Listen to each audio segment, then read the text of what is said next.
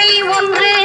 கைவீசும் தென்றல் ஒன்று கலந்தான கை கோர்க்கும் நேரம் கண்ணோரம் ஆனந்த ஈரம் முத்தே என் முத்தாரமே பல நூறாண்டு நீ ஆழ்வாய் மண்ணை கண்கள் நீயே காற்றும் நீயே தூணில் நீ துரும்பில் நீ